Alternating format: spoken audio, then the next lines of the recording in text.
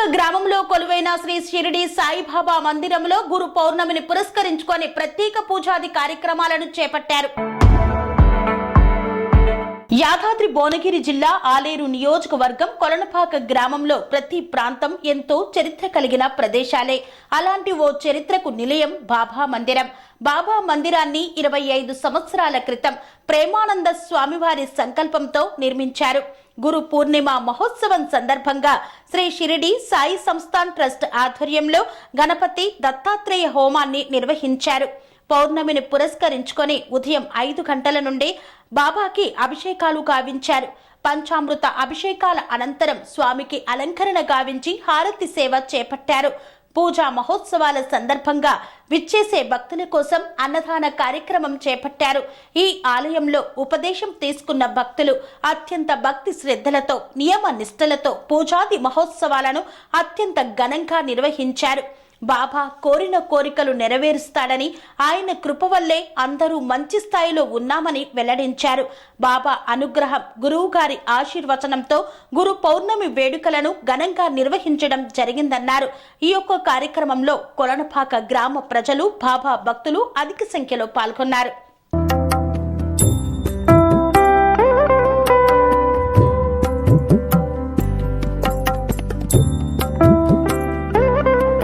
కొలనుపాకలోని శ్రీ సాయిబాబా మందిరంలో గురు పౌర్ణమిని పురస్కరించుకొని విశేష పూజాది కార్యక్రమాలను నిర్వహిస్తున్నారు. ఈనాటి పూజాది కార్యక్రమాలను ఏ విధంగా నిర్వహిస్తున్నారో మరి ఆలయ కమిటీ అధ్యక్షులు మనతో ఉన్నారు. వారి మాటల్లోనే అడిగి తెలుసుకుందాం. సార్ నమస్కారం. సార్, గురు పౌర్ణమి సందర్భంగా ఈ రోజు మరి సాయిబాబా మందిరంలో విశేష పూజాది కార్యక్రమాలు నిర్వహిస్తున్నారని తెలుసుకున్నాం. సో ఎలాంటి పూజలు నిర్వహిస్తున్నారు సార్? అసలు ఏమేమి కార్యక్రమాలు చేపడుతున్నారు? వ్యాస పూర్ణిమ అంటారు. ఇది గురువులకు మనము సేవ చేసుకునే రోజు అనమాట. ఈ వ్యాస పూర్ణిమ మనకు గురువులు అందుబాటులో లేరు కాబట్టి మనకు సాయిబాబానే గురువుగా భావించి ఆ గురువు సేవ చేసుకోవడానికి మనకు పాలాభిషేకాలు, పంచామృత అభిషేకాలు చేసుకోవడం జరుగుతుంది. ఇక్కడ మనకు రేణుకా ఎల్లమ్మవారి గుడి మరియు సాయిబాబా మందిరము ఇక్కడే ఉండడం, మాకు ప్రేమానంద స్వామి 14 సంవత్సరాల వయసులోనే కొలనుపాక గ్రామంలో అడిగాడు. అయితే అడుగుపెట్టిన రోజు చాలామంది భక్తులను సేకరించి ఇక్కడ ఈ గుడి సాయిబాబా మందిరము, ఎల్లమ్మ మందిరము నిర్మించాలని కోరిక మేరకు ఇక్కడ సాయిబాబా మందిరం నిర్మించడం జరిగింది. ఇక్కడ మనకి ఏంటంటే విశేషత, ఇక్కడ కోటి నామంతో సాయి జపంతో నిర్మించబడిన సమాధి ఉన్నది. ఇక్కడ ఏంటంటే ఎంతో మహిమాన్వితమైనది. అంటే కోరికలు కోరుకుంటే మాత్రం తప్పనిసరిగా నెరవేరుతాయని నమ్మకము, దృఢ సంకల్పం కూడా ఉందన్నమాట. అందుకే చాలా మంది ఈ ఆలయాన్ని ఎప్పుడు నిర్మించారు సార్? ఎన్ని సంవత్సరాలు అవుతుంది? మా గురువు గారు 1997లో వచ్చారు. ఆ వయసులోనే నిర్మించడం జరిగింది. అప్పటి నుండి నిత్య పూజలు జరుగుతూ ప్రతిరోజు జరుగుతూ ఉంటాయి. కాకపోతే గురు పౌర్ణమి, దత్తాత్రేయ జయంతి రోజు మాత్రము విశేష పూజలతోటి జరుగుతూ ఉంటాయి అనమాట. ఎల్లమ్మ కళ్యాణము ప్రతి వసంత పంచమి రోజు జరుగుతూ ఉంటది అనమాట.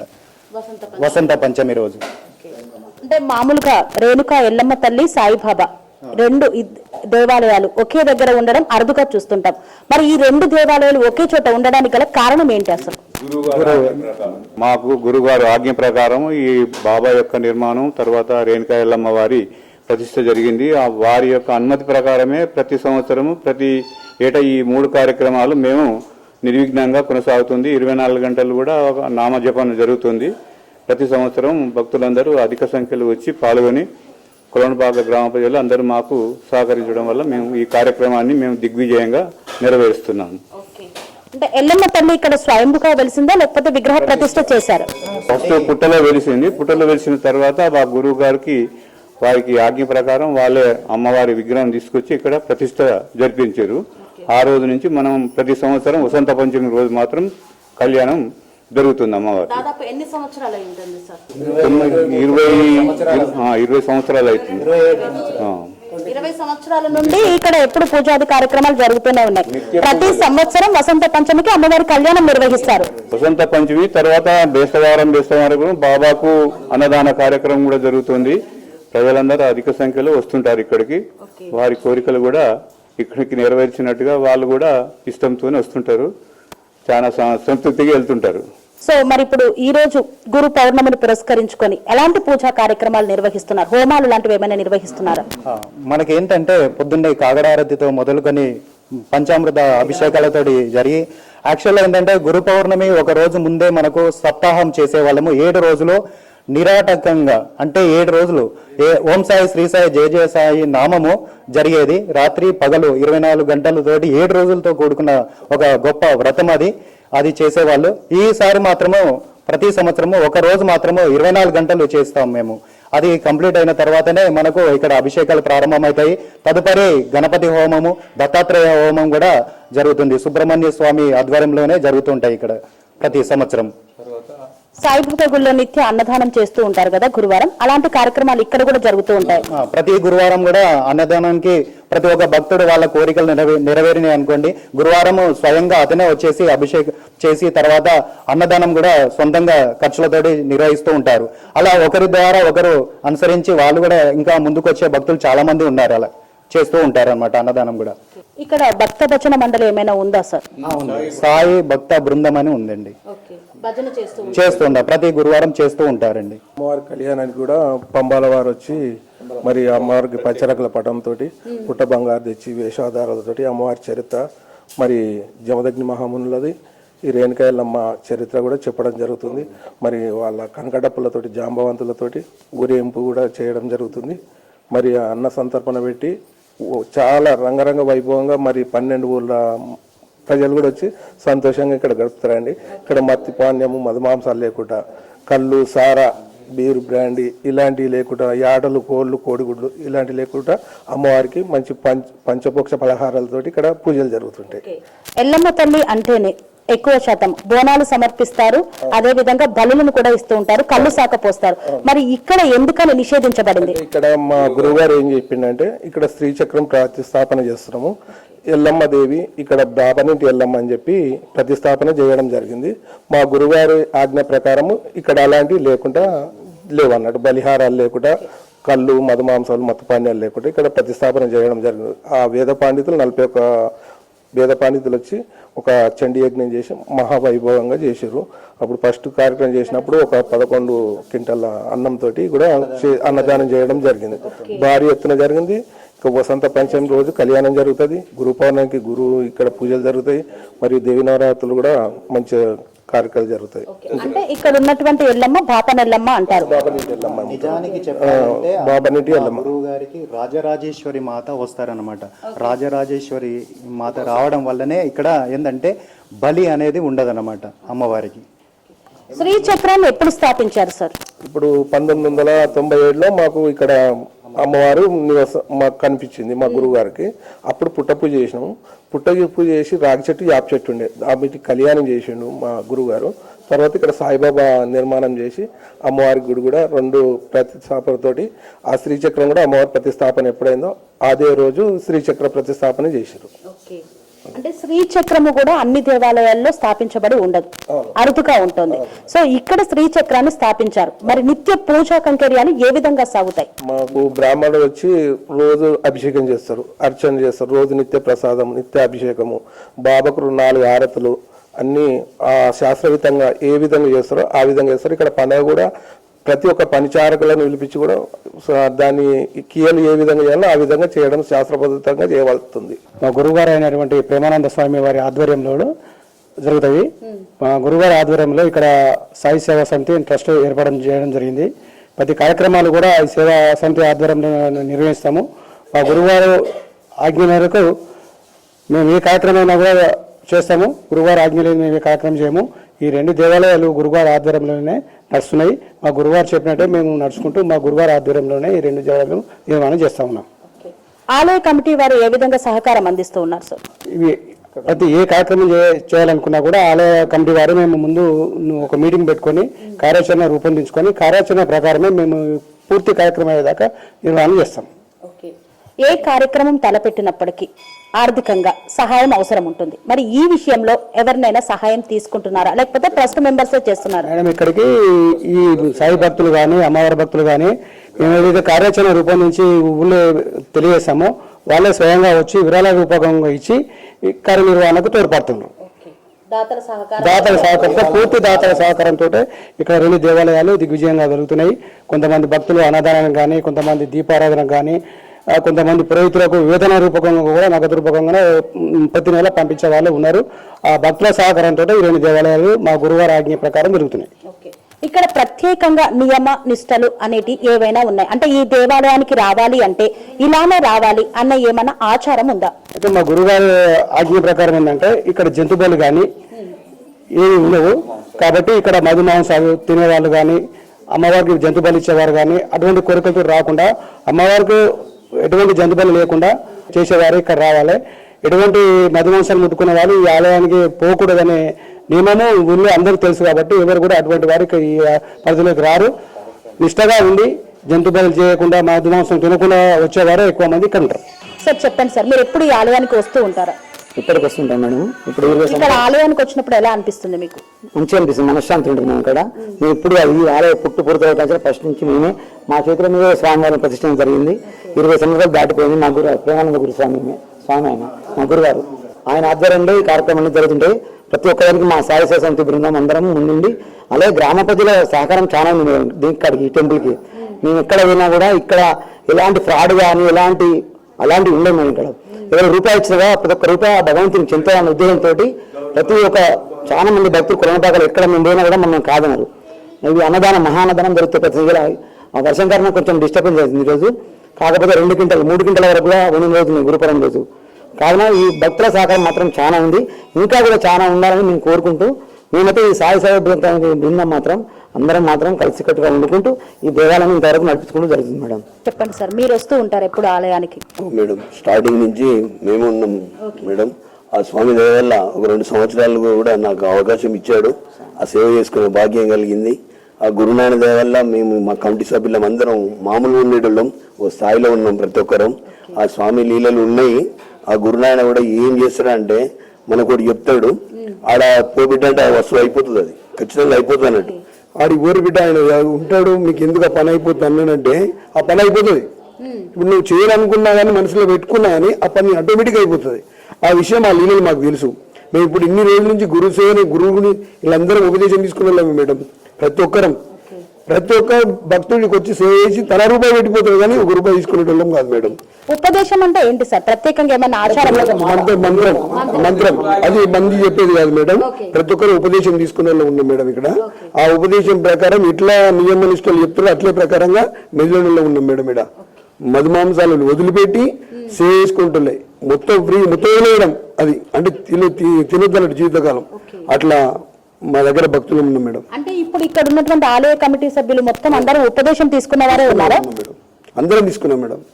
మాక్సిమం ఇక్కడ శ్రీశైలం దగ్గర ఉంటాడు మా గురునాయన. అక్కడ కూడా 3 టెంపుల్ కట్టాడు. Venkateswara Swamy temple, Rajarajeswara temple, Saibaba temple. అక్కడ చాలా 108 రోజులు అన్నదానం చేసిండు. అక్కడ 108 రోజులు ఎంతమంది భక్తులు అయితే యాగం చేసిండు. మా గురునాయన చాలా ఫేమస్ మేడం. కాకపోతే చెప్పుకోనియాడు, చూడనియాడు. అది చాలా అడ్వర్టైజ్మెంట్ వద్దు బిడ్డ అంటాడు. ఆ ఫోటో కూడా పెట్టనియాడు. మేమేమో ఇక్కడ చాలా మంది తెలుసు మేడం ఆయన లీలలు. చెప్పుకోవడం కాదు, కొలనుపాకం మొత్తం బంద్ చేసి ఏది రస్తాలు బంద్ చేసి యజ్ఞం చేసిండు మేడం. ఆయన వయసు ఎంత అప్పుడు? చాలా చిన్న వయసు, 14-15 సంవత్సరాలు యాగం చేసిండు ఆయన సొంతంగా.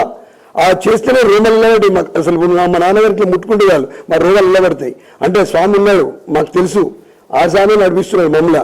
నేనైతే మరీ ప్యూర్ మేడం. నేను వాస్తవికంగా నేను చాలా మంచిగున్నా ఈరోజు. నేను మరీ ప్యూరు. నేను సేవ చేసుకున్నా. మా నాన్నమ్మని అనుకున్నా నాకు ఏ పని చేసినా. కాకపోతే నేను ఇళ్ళలో ఉండి పని చేయండి 2 సంవత్సరాలు మేడం. 300 చేసిన మేడం. ఇక్కడ 300 సేవ చేసిన 2 సంవత్సరాలు. పిల్లలు నాకు ఉండగా కూడా నేను ఈ రోజు ఈ స్థాయిలో ఉన్నా అంటే ఆయన నీళ్ళలో మేడం. ఇప్పటికి కూడా నాకు అవకాశం కొలబాగా భక్తులు ఇచ్చింది ఏంటంటే సామనే పిలుస్తారు మేడం. నాకు అవకాశం భగవంతుడు ఇచ్చిండు. ఆ అమ్మ వల్ల ఆ నాన్న వల్ల నాకు ఆ పేరు నిలిచింది స్వార్థకంగా. సాయి సేవ వాళ్ళు ఇక్కడ ఈ నాన్నకు కానీ గురునానక్ కానీ అమ్మవారికి కానీ సేవ చేసిన మాత్రం ఇలా ఒక మంచి పొజిషన్ లో మాత్రం ఉన్నారు మేడం. అది మాత్రం గమనించడం. ఆ స్వామికి ఎవరైనా కూడా ఆయుర ఆరోగ్యాలతో మంచి అందరూ మంచి బాగుపడరు మేడం. ఇక్కడ పనిచేసిన మాత్రం మేము ఈ టెంపుల్కి కంకరం వేసాం, మట్టి వేసాం, అన్ని వేసాం. కానీ వాళ్ళకి మంచి స్థాయిలో అందరూ పెట్టిండు. కాకపోతే ఇప్పుడు అందుబాటులో కొంత హైదరాబాద్ లో కొంతమంది హైదరాబాద్ చిక్కుపోయిపోయారు ఉంటుంది కాబట్టి అలా ఉన్న స్థాయిలో వెళ్ళిపోయారు అంతా. అట్లా ఇక్కడ మాత్రం సేవ చేసుకునే మాత్రం స్వామి చిన్న జిల్లా మంచిగా చూసిండు స్వామి. గురునాయన ఆధ్వర్యంలో కానీ బాబా కానీ రేణుకా మాత కానీ అందరికీ చూస్తుంది. కానీ ప్రతి పండుగ మాత్రం అందరూ వస్తారు ఇక్కడికి, అందరూ వస్తారు. మొన్న సంవత్సరం కిందనే గజస్తంభం. ఈ గజస్తంభం ఎక్కడ లేదు మేడం. ఈ ఏరియాలో ఎక్కడ చూడండి దశావతారాలతో ప్రతి దేవుళ్ళు, అమ్మవారు, జ్యోతిర్లింగాలు మొత్తం టోటల్ ఎక్కడ నవదుర్గలు, సప్త ఋషులు, అమ్మవార్లు ఇక్కడ ఈ గజస్తంభం ప్రతిష్ఠ చేసినట్టు ఎక్కడికి వెళ్ళాం మేడం. 51 మంది పురోహితులు వచ్చి ప్రతిష్ఠ చేసారు, ప్రాణ ప్రతిష్ఠ చేసారు. ఎంత పెద్ద బొడ్డ లేకుండా మేడం మా ఊర్లో పూడిపోయింది. మా నాన్నగారు తీస్తే పెద్దగా ఉంది మేడం. అది ఎంత 15-16 ఫీట్ల బొడ్రాయి మునిగిపోయింది. ఆ బొడ్రాయి తీసిందంటే ఎవరు తీయలే మేడం ఇంతవరకు. రెండవది మా అమ్మవారు ఉంది కనకదుర్గా మాత, ఇది ఊరు పక్కన ఉంటుంది బజార్ కనకదుర్గ. ఆ అమ్మ కూడా మా నాన్నగారు ఏది చేయదించాలంటే ఇంతవరకు చేయం మేడం. అక్కడ ఊరు మొత్తం కూడా మా నాన్నగారు మాటలతోనే ఇంతవరకు హింస చేయరు మేడం. అక్కడ కూడా అంటే సాకారమే అమ్మవారు కూడా. కనకదుర్గ మాతకి ఏంది కోస్తారు, బలిస్తారు, అక్కడ లేదు. మా నాన్న ఎక్కడున్నా అది మామూలే, ఈ భోజనం చేయాలి వెళ్ళిపోవాలి. కానీ ఇది గుమ్మడికాయలతో వాళ్ళ బిడ్డ ఏది వద్దని ఇప్పటికీ చాలా మంది మంచిగా అవుతుంది మేడం. మేము ఇప్పుడు చూస్తున్నాం ఆ గుడి అంత అయితే అనుకోలేదు. నేను అప్పుడు వార్డు మెంబర్ను, ఇప్పుడు చాలా పెద్దగా అయింది. మరి అంటే సామి అమ్మ వాయి ఉంటుంది కదా, అమ్మ పలరాతి విగ్రహంతో పెట్టిరు. అది కూడా చాలా ఫేమస్. బొడ్రాయి విషయంలో కానీ మా నాన్నగారి విషయంలో ఇప్పుడు ఈ విషయం కానీ ఇక్కడ మనం గజస్తంభం ఎక్కడ వచ్చినా మేడం లావు ఇట్లుంటే పొడవు ఉంటుంది అంతే. ఈ దశావతారాలు, సప్త ఋషులు వీళ్ళందరూ లేరు కదా మేడం. అక్కడ చుట్టూ తిరిగి నమస్కారం చేసుకున్నావా నువ్వు అన్ని దేవతలను కలిసినట్టే ఒక గజస్తంభంలో ఉంది. అక్కడ యంత్రప్రదర్శన కూడా బ్రహ్మాండంగా జరిగింది మేడం. అప్పుడు కూడా 2-3 బస్తాల అన్నదానం చేసిన. అసలు మా నాన్న ఫస్ట్ చేసినప్పుడు అయితే ఎన్ని బస్తాలు ఉండినో మాకే తెలియదు మేడం. అప్పుడు ఇట్లే వర్షం పడ్డది, పెద్ద యాగం చేసిన నడి రోడ్డు మీద. అదైతే విచిత్రం. చిన్న వయసులో ఆయన చూస్తే గురువు అంటే ఇట్లా పెద్దలే చూడంలో మేమైతే అనుభవించినాం మేడం. ఆయనతో నుండి సేవ చేసుకున్నాం, ఉన్నాం. ఇప్పటికి కూడా ఆయన ఆశీర్వాదమే మాకు శ్రీరామ రక్ష మేడం. కోరిన కోరికలు నెరవేరుతాయని అంటున్నారు. అలా మీకు ఏదైనా కోరిక నెరవేరిందా? అంటే మేము ఇప్పుడు మా భక్తులు చెప్పినట్టు మాకు కోరికలు నెరవేరే మేము ఒక స్థాయిలో ఉన్నాం మేడం. అంటే మాది మేము చెప్పుకోకూడదు, మా కోరికలు మాకు నెరవేరే మేము ప్రతి ఒక్కరు ఒక స్థాయిలో ఉన్నాం. మేము స్థాయి నుంచి హైదరాబాద్ కూడా చేరుకున్నాం. మేము మంచిగా చేసినాం. మా గురునాయన ఆజ్ఞతోటే మేము ప్రతి పని చేస్తాం. ఏదైనా గురునాయనకు చెప్పి కార్యక్రమం మొదలు పెట్టుకుంటాం.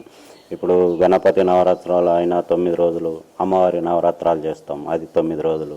ఇక కళ్యాణం, వసంత పంచమి రోజు కళ్యాణము, ఇవి ప్రతి ఇయర్ మా కమిటీ సభ్యులతోటి మేము ఈ ప్రకారం చెప్పినట్టు మేము చేస్తాం. ఆయన ఆదేశానుసారం ఇక్కడ అన్ని కార్యక్రమాలు నిర్వహిస్తూ ఉంటాం. అది కాకుండా గురునాయన ఆదేశం లేకుండా మేము ఏ పని తలపెట్టము, చెయ్యం. సార్ చెప్పండి సార్, ఎలా అనిపిస్తుంది దేవాలయానికి వచ్చినప్పుడు?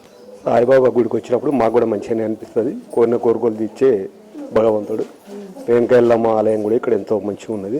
ఇక్కడికి వస్తే మనసు కూడా ప్రశాంతంగా ఉంటుంది, మంచిగా అనిపిస్తుంది. మంచిగా అనిపిస్తుంది. మేము చిన్నప్పటి నుండి గుడికి ప్రతిసారి ఇట్లా ఏ ఫంక్షన్, ఏ పండుగలైనా ఏవైనా కంపల్సరీగా ఇక్కడికి వస్తాం, ప్రోగ్రాంలో పాల్గొంటాం. చాలా బాగా అనిపిస్తుంది మాకు. ఇక్కడ కార్యక్రమాలు అన్ని బాగా చేస్తూ ఉంటారా? చేస్తాం. చెప్పండి మేడం, ఇక్కడ దేవాలయానికి వచ్చినప్పుడు ఎలా అనిపిస్తుంది మీకు? చాలా మంచిగా అనిపిస్తుంది. నేను చిన్నప్పటి నుండి వచ్చేదాన్ని, ఇప్పుడు హైదరాబాద్ నుండి వచ్చిన ఈ పూజ కోసం. గురు పౌర్ణమి రోజు మేము కూడా గురువు గారి నుండి ఉపదేశం తీసుకున్నాం. అమ్మవారి విగ్రహానికి 101 బిందె నీళ్లు కొట్టి మరీ పోసాము. అప్పుడు బాబా కోటినామ స్మరణ రోజు కూడా మేము చేసాము. ఆ బాబాకు ఇంకా ధాన్యాది వాసం అని 7 రోజులు చేసిన పూజలో మేము పాల్గొన్నాం. మా ఫ్రెండ్స్ ఉండేది, మా క్లాస్మేట్స్ అందరూ విగ్రహ ప్రతిష్ఠ ఎప్పుడైనా ప్రతిరోజు వచ్చి దీపారాధన చేసుకునేటోళ్ళము. అమ్మవారు స్టార్టింగ్ పుట్టగా వెలిసినప్పటి నుండి మేము పూజలు చేసుకున్నాం. మరి రోజు వస్తూ ఉంటామని అన్నారు కదా, సో ఎలా అనిపించింది? అసలు చాలా తృప్తిగా అనిపిస్తుంది. అసలు మనకి ఎలాంటి కష్టం వచ్చినా కూడా అమ్మవారు మనం ఉండి మనల్ని కాపాడుతూ ఉంటుంది. అది మాత్రం నా జీవితంలో చాలా సార్లు 3-4 సార్లు అయింది. అమ్మవారే ఉండి నన్ను కాపాడింది అనిపించింది. ఈ కోరిక చెప్పగానే ఎన్ని రోజుల్లో మీకు నెరవేరుతుంది? కోరిక అంటే అది సంవత్సరం లోపు కావచ్చు, నెలలోపు కానీ మనం అనుకున్నది అయిపోతుంటది మేడం. అంతే అయిపోతుంటది.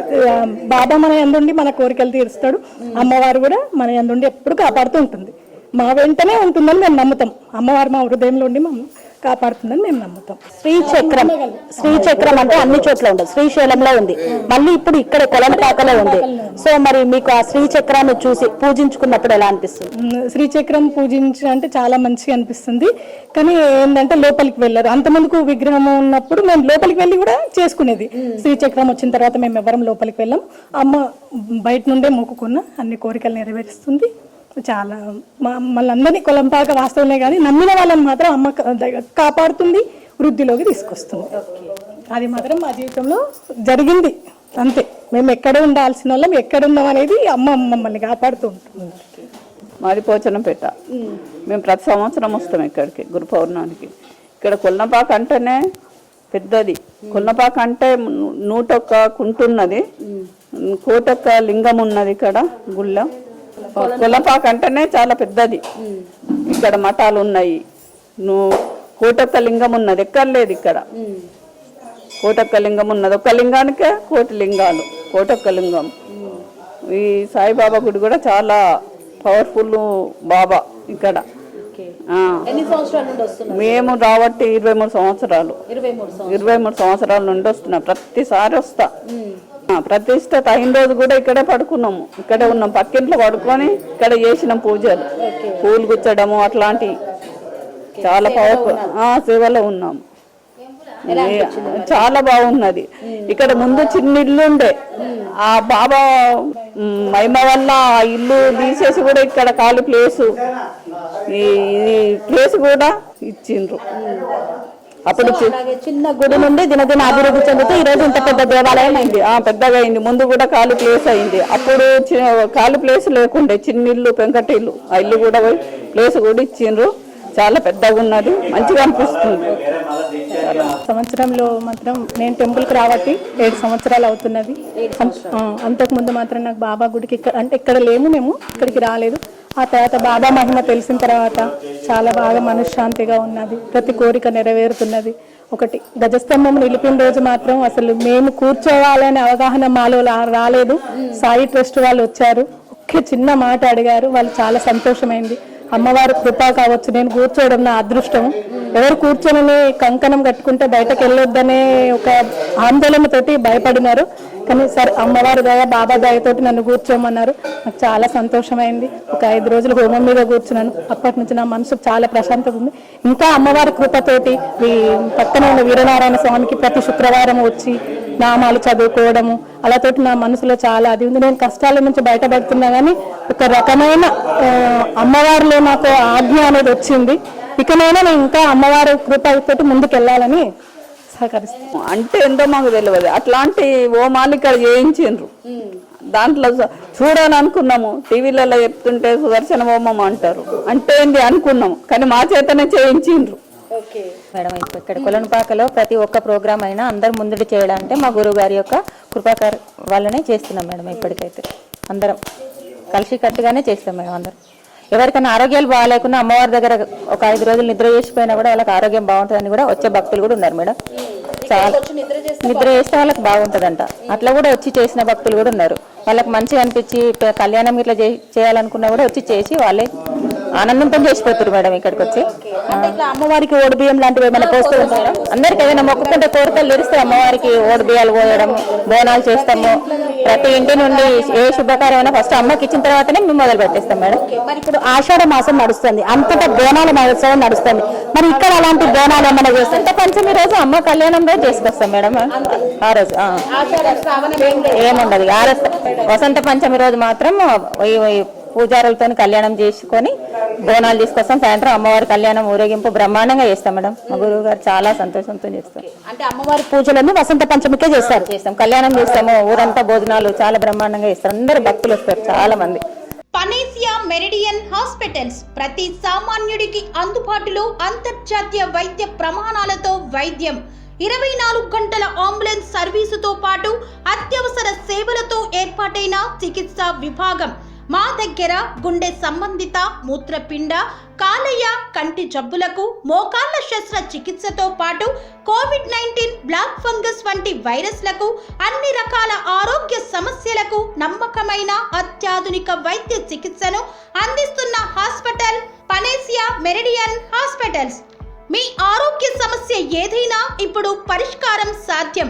సంపూర్ణ ఆరోగ్యం కోసం సంప్రదించండి Panacea Meridian hospitals, opposite Bheeramguda కమాన్, RC Puram, Sangareddy district, pin code 502032. సంప్రదించాల్సిన ఫోన్ నెంబర్ 0845524177 మరియు 7893757770.